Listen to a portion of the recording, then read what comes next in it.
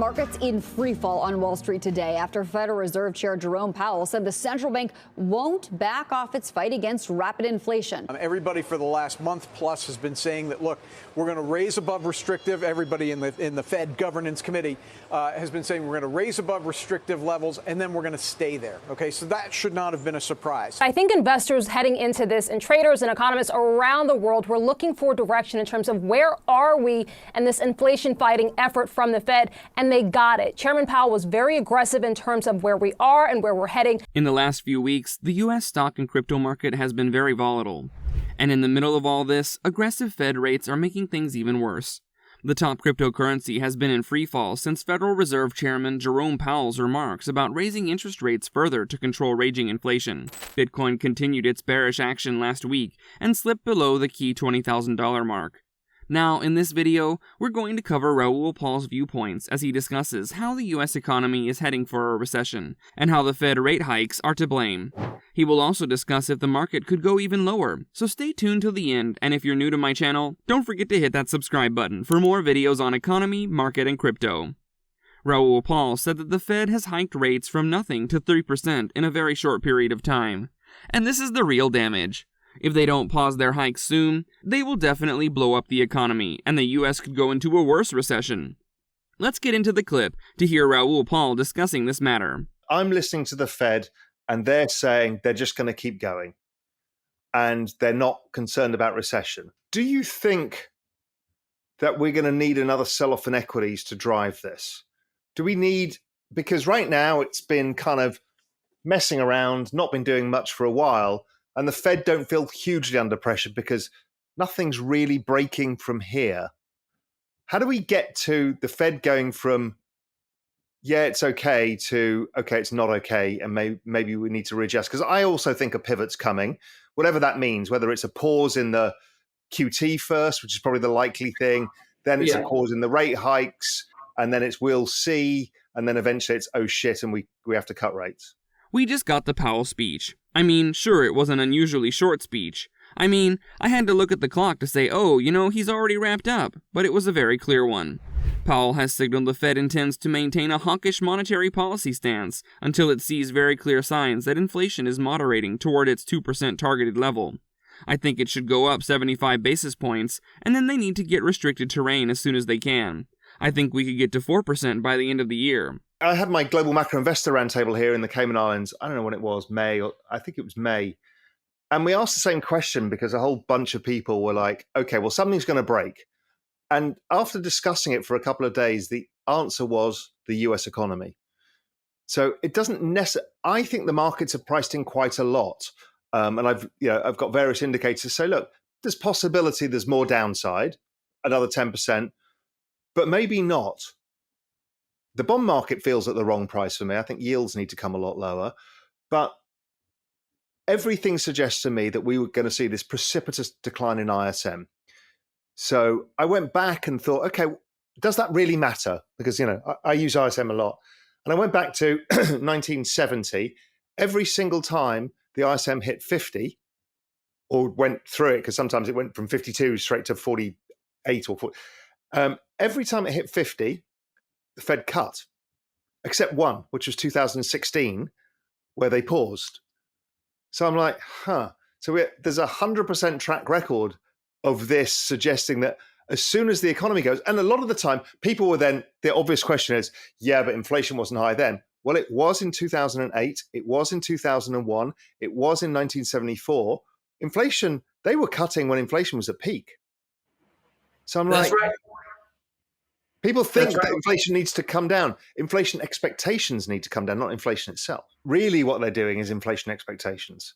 What they're trying to do is say, you know, we understand what we're going to do. If we can bring forward expectations, and there's a lot of charts now to show how far some of these expectations. I think the Bank of America survey came out, well, somebody posted on Twitter today, and from the investors, the expectation of CPIs utterly collapsed.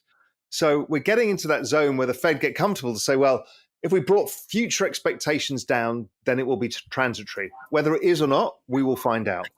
Okay, so the US economy is slowing down, no doubt. Raoul Pal also believes that we can see another 10% downside. I mean, we already saw Bitcoin slipping down $20,000. Can it go even lower? Now, we should all set expectations. We're not going back to pre-pandemic era levels of market rates, inflation, or interest rates for sure. And this is going to require a structural adjustment. Let's get into the next clip. This is where the market really splits. I think everybody now agrees, okay, recession looks pretty bloody likely. Magnitude, duration, nobody knows yet, but we're all trying to figure that out. The hard puzzle is 18 months' time. My base case is inflation goes negative, but we need some factors. I understand the commodity supply story. I understand the supply chain story, but I think those are mitigated by demand destruction over a period of time. And therefore, if oil, I think oil goes to $60. Maybe I'm wrong. Maybe it goes to $80. But if it's down and stays there, then the year-on-year rate of change of oil is going to be massively negative. As is it for copper, as is it for foodstuffs. They're all the same. So there is an optical chance of getting that down. Do you get core inflation down? I don't know. People skewing wage growth, because wage growth, too many people are retired. So the people in jobs, there's less of them, essentially, because of the issue of the baby boomers. And the baby boomers don't get wage rises because they're not in the labor force. So I'm not so sure that we get that. But right now, that's not the macro game we have to worry about. The macro game we have to worry about is the next kind of 12 months where it's super interesting. As Paul sees it, the economy is caught in a tightening trap, and it's worrisome to think what could happen in the next 12 months. The CPI is already making history. I mean, 9.1 is no joke. The Fed is already hitting around inflation aggressively, and points into more for future months. Next, Raoul Pal discusses the macro picture.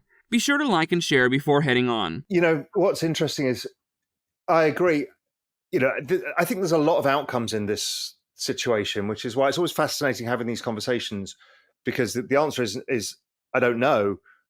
I hear that and I give it a massive amount of credibility.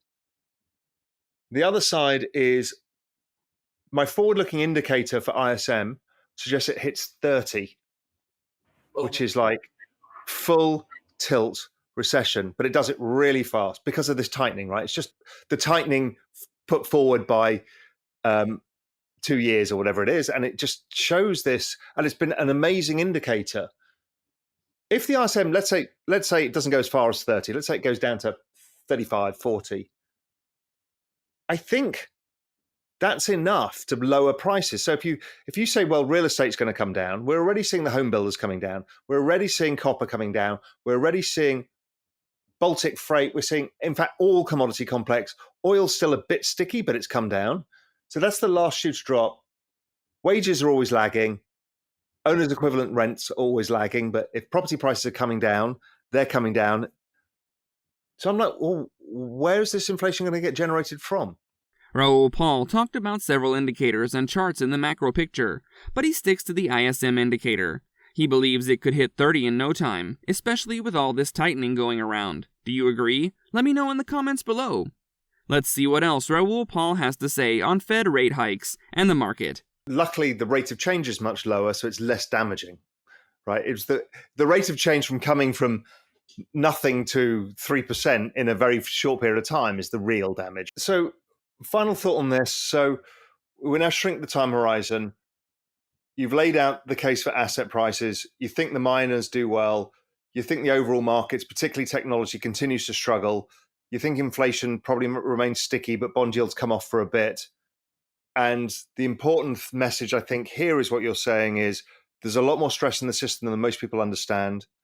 And the probability is the Fed is going to get more dovish than people expect, sooner than people expect. According to Raoul Pal, Fed rates going from nothing to 3% in a very short period of time is the real damage. And he believes that the Fed could be more dovish than people expect.